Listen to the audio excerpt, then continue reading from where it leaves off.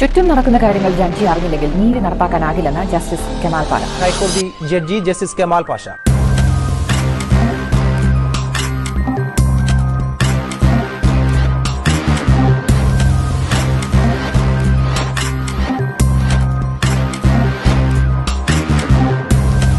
രാജാവ് മഗ്നനാണെന്ന് വിളിച്ചു പറയാൻ ആരെങ്കിലുമൊക്കെ വേണ്ടത്.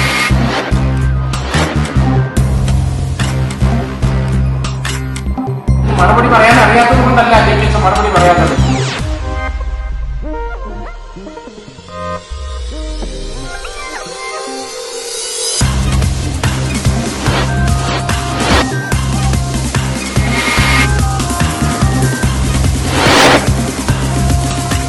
ശബ്ദമില്ലാത്തവരുടെ ശബ്ദമായി ഞാൻ നിങ്ങളിലേക്ക് വരുന്നു. ശശി തരൂര് എൻ്റെ ഇടപാടുകൾ ഒരു പ്രഹേളികയായിട്ട് ഇങ്ങനെ മാറിക്കൊണ്ടിരിക്കുകയാണ്. എന്താണ് അദ്ദേഹം ഉദ്ദേശിക്കുന്നത് എന്നുള്ളത് ഒരു ബുദ്ധിയുള്ളവർക്ക് ആലോചിച്ചാൽ മനസ്സിലാക്കാവുന്ന കാര്യം മാത്രമേ ഉള്ളൂ. അപ്പോൾ ഈ പാർട്ടിയിൽ ഇരുന്നുകൊണ്ട്, അതായത് ഇതിൻ്റെ എം പി ആണ് അദ്ദേഹം, തിരുവനന്തപുരത്ത് നിന്ന് ജയിച്ചു. ഇപ്രാവശ്യം കക്ഷിച്ച് കടന്നുകൂടിയതാണ്. അപ്പോൾ ജയിച്ചു, എം പി ആണ്, സ്ഥാനമാനങ്ങളൊക്കെ ഉണ്ട്. അദ്ദേഹത്തിന് യഥാർത്ഥത്തിൽ എനിക്ക് വളരെ ഇഷ്ടമുള്ള ഒരാളാണ് ഈ ശശി തരൂര്. പല കാര്യം എന്ന് പറഞ്ഞു കഴിഞ്ഞാൽ അദ്ദേഹത്തിൻ്റെ പല വിവരങ്ങളിൽ, അതായത് ഹിസ്റ്ററി, അതായത് നന്നായിട്ട് ഒരു ഹിസ്റ്ററി നന്നായിട്ട് അറിയാം. പിന്നുള്ള ആനുകാലികമായിട്ടുള്ള വിഷയങ്ങളിൽ അദ്ദേഹത്തിൻ്റെ പ്രതികരണം എന്ന് പറയുന്നത് നമുക്ക് എല്ലാം അങ്ങോട്ട് ദഹിക്കുന്ന കാര്യമല്ല. ശ്രീ നരേന്ദ്രമോദിയെയും അതുപോലെ തന്നെ ശ്രീ പിണറായി വിജയനെയും അതിൻ്റെ നേതൃത്വത്തിലുള്ള ഗവൺമെൻറ്റിനെയും പുകഴ്ത്തിക്കൊണ്ടുള്ള ഒരു വാർത്ത അദ്ദേഹം, ഒരു ലേഖനം ഇന്ത്യൻ എക്സ്പ്രസ്സിന് കൊടുത്തു. അത് കണ്ടു ഞാൻ. അതിനോട് നമുക്ക് ഒരിക്കലും യോജിക്കാൻ പറ്റുന്ന കാര്യങ്ങളല്ല. കാരണം യാഥാർത്ഥ്യമായിട്ട് പൊരുത്തപ്പെടുന്ന കാര്യങ്ങളല്ല ശ്രീ ശശി തരൂർ അതിൽ പറഞ്ഞേക്കുന്നത്. അത് അദ്ദേഹത്തിൻ്റെ നിഗമനങ്ങളോ അദ്ദേഹം കൽപ്പിച്ച് കൂട്ടി ഉണ്ടാക്കിയെടുത്ത നിഗമനങ്ങളോ ആയിരിക്കും എന്നേ നമുക്ക് കണക്കാക്കാൻ നോക്കുള്ളൂ. അതെന്തിനീ അനവസരത്തിൽ പറഞ്ഞു എന്നുള്ളത് നമ്മളൊന്ന് ചിന്തിക്കേണ്ട ഒരു കാര്യമാണ്. അപ്പോൾ ഒന്നുകിൽ, അതായത് ഈ കോൺഗ്രസ്സിൽ അദ്ദേഹത്തിന് വലിയ നിലനിൽപ്പുള്ളതായിട്ട് അദ്ദേഹം തന്നെ കരുതുന്നില്ല. കോൺഗ്രസ്സിൽ അദ്ദേഹത്തിന് സ്ഥാനമാനങ്ങളില്ല എന്നുള്ളതല്ല പ്രശ്നം. കോൺഗ്രസ്സിന് നിലനിൽപ്പുണ്ടോ എന്നുള്ളതിൽ അദ്ദേഹത്തിന് സംശയമുണ്ട്. അതാ ഒരു പ്രശ്നം. അങ്ങനെ വരുന്ന ഉടനെ എങ്ങോട്ട് ചാടണം എന്നുള്ളതിനെ കുറിച്ച് അദ്ദേഹം ആലോചിച്ച് റിസർച്ച് ചെയ്തുകൊണ്ടിരിക്കുകയാണ്. BJP വേണോ അതോ CPM വേണോ എന്നുള്ള ഒരു ചിന്താക്കുഴപ്പത്തിലാണ് ശ്രീ ശശി തരൂർ എന്ന് നമുക്ക് മനസ്സിലാവും. ഇനി ഈ പാർട്ടി മാറിയാൽ ഒരു പ്രശ്നമുണ്ട് ഇപ്പോൾ. കാരണം അദ്ദേഹത്തിൻ്റെ MP സ്ഥാനം നഷ്ടപ്പെടും. അങ്ങനെ കുഴപ്പമുണ്ട് നമ്മുടെ രാജ്യത്ത്. കാരണം കോൺഗ്രസിൽ നിന്ന് ജയിച്ചിട്ട് ഈ പാർട്ടിയിൽ നിന്ന് മാറി വേറൊരു പാർട്ടിയിലോട്ട് ചേർന്ന് കഴിഞ്ഞാൽ ഈ സംഭവം അങ്ങ് പോവും. MP സ്ഥാനം പോയാൽ പിന്നെ അവർ ഈ ചേരുന്ന പാർട്ടിക്കാർ അദ്ദേഹത്തിനെ എവിടെ നിർത്തുമോ ഇല്ലയോ എന്നുള്ളത് അടുത്ത കാര്യം, സംശയമാണ്. അല്ലെങ്കിൽ അദ്ദേഹം രാജിവെച്ച് പോകണം. രാജിവെച്ചാലും MP സ്ഥാനവും നഷ്ടപ്പെടും. അദ്ദേഹത്തിന് കിട്ടിക്കൊണ്ടിരിക്കുന്ന ഈ പാരഫർണാലിയ ഒന്നും ഇനി കിട്ടത്തില്ല. അതാണ് കാര്യം. അപ്പോൾ MP സ്ഥാനം നഷ്ടപ്പെടുന്നതിനെ കുറിച്ച് അദ്ദേഹത്തിന് ചിന്തിക്കാൻ പോലും ഒക്കാത്ത കാര്യമാണ് കേട്ടോ. ഈ പ്രസംഗിച്ച് വലിയ ഇംഗ്ലീഷും ഒക്കെ പറഞ്ഞ് നടക്കല്ലേ. അപ്പോൾ ഇതൊക്കെ ഒന്നും ഇല്ലാതാവും. അപ്പോൾ രാജിവെച്ച പ്രശ്നമാണ്. അപ്പോൾ രാജിവെച്ചതിന് ശേഷം അങ്ങോട്ട് ഇന്ന് വേറെ പാർട്ടി ചേർന്നാലോ അവരെടുക്കുക, അല്ലെങ്കിൽ വേറെ പാർട്ടി ചേർന്നുകൊണ്ട് രാജിവെക്കണം. അതാ ചെയ്യണ്ട. അപ്പോൾ പിന്നെ അവരുടെ കയ്യിൽ നിന്ന് എന്തെങ്കിലുമൊക്കെ ഇത് പ്രതീക്ഷിക്കാൻ പറ്റും. ബുദ്ധിമുട്ടാണ്, വളരെ ബുദ്ധിമുട്ടാണ്. ചിലപ്പോൾ BJPയിൽ അദ്ദേഹം ചേർന്ന് കഴിഞ്ഞാൽ അദ്ദേഹത്തിന് ചിലപ്പം വീണ്ടും തിരുവനന്തപുരം കോൺസ്റ്റിറ്റ്യുവൻസിയിൽ മത്സരിക്കാൻ കൊടുത്തുന്നിരിക്കും ചിലപ്പോൾ. അങ്ങനെ ആയിക്കഴിഞ്ഞാൽ ഉറപ്പായിട്ട് BJPയിൽ നിന്ന് അദ്ദേഹം ജയിച്ചു വന്നാൽ ഒരു മന്ത്രിസ്ഥാനമൊക്കെ കിട്ടാൻ സാധ്യതയുണ്ട്. കാരണം BJPക്ക് ഒരു MP കൂടെ വരും. ചിലപ്പോൾ അത് മത്സരിച്ച് അവിടെ ജയിക്കാനും മതി, ഇല്ല എന്ന് ഞാൻ പറയുന്നില്ല. അങ്ങനെയൊക്കെ ഉണ്ടെങ്കിൽ CPM ആണെങ്കിലോ, CPM ആണെങ്കിൽ അവിടെ കായ്ക്ക് കൊടുത്തില്ല, അതിന് കാര്യമൊന്നുമില്ല. കാരണം ഐദർ കോൺഗ്രസ് അല്ലെങ്കിൽ BJP, അതേ ഉള്ളൂ തിരുവനന്തപുരത്ത്.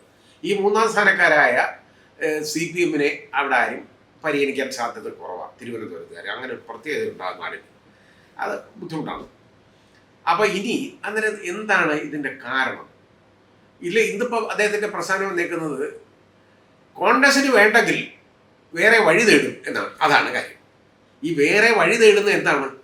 ഏത് പാർട്ടിയിലോട്ട് പോകണം എന്നുള്ളതാണ് ഈ തേടിക്കൊണ്ടിരിക്കുന്നത് അദ്ദേഹം. ഇതുവരെ ഉറപ്പിക്കാൻ പറ്റിയില്ല കേട്ടോ. പുള്ളി ഇങ്ങനെ ലേലം വിളിച്ചുകൊണ്ടിരിക്കുകയാണ്. ഇതുവരെ ഉറപ്പിക്കാൻ പറ്റിയിട്ടില്ല. വേറെ ചർച്ചകളൊക്കെ നടക്കുന്നുണ്ടായിരിക്കും, ഇല്ല നമുക്ക് പറയാൻ പറ്റത്തില്ല, കാണും. ഈ രഹസ്യമായിട്ടാണല്ലോ ഈ ഇടപാടുകൾ മുഴുവൻ. നമ്മളങ്ങനെ ഒരുപാട് പേരുടെ കാര്യം നമ്മൾ കണ്ടിട്ടുള്ളതല്ലേ.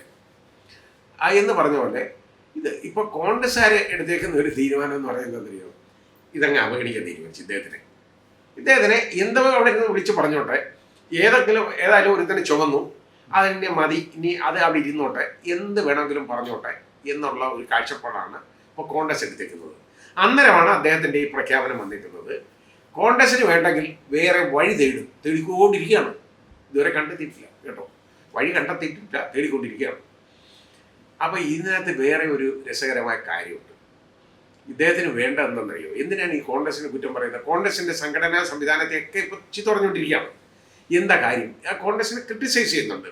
അതിൽ ഇരുന്നുകൊണ്ട് സ്വന്തമായിട്ട് ചെരുവാരി എറിയാണ്. ഇപ്പം എച്ചിൽ കുഴി പോയി ഇരുന്നിട്ട് എൻ്റെ മേലെ എച്ചിലല്ലേ വീടരുത് എന്ന് പറയുന്ന പോലെ ഉള്ളൂ.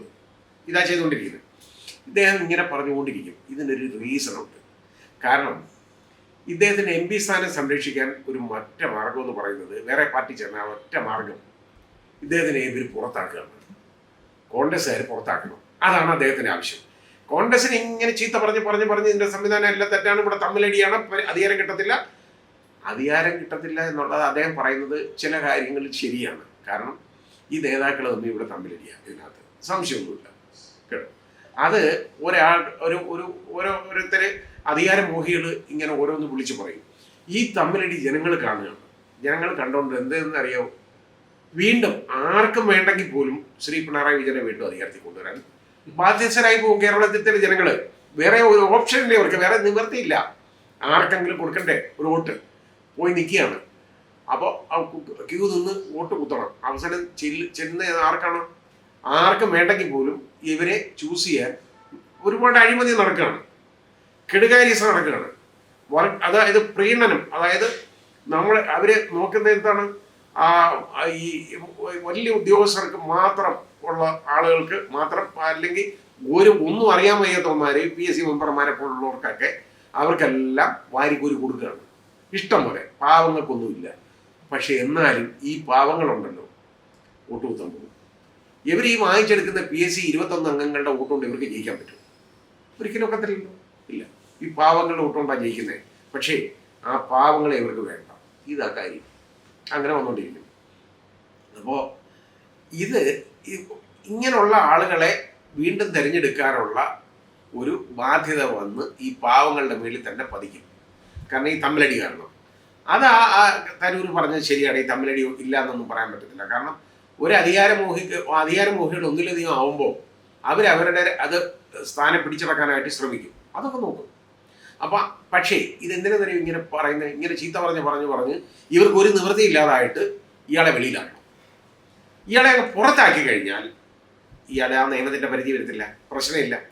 പുറത്താക്കി കഴിഞ്ഞാൽ എന്നെ വെളിയിലാക്കി, ഞാൻ പോയതല്ല, എന്നെ വെളിയിലാക്കി.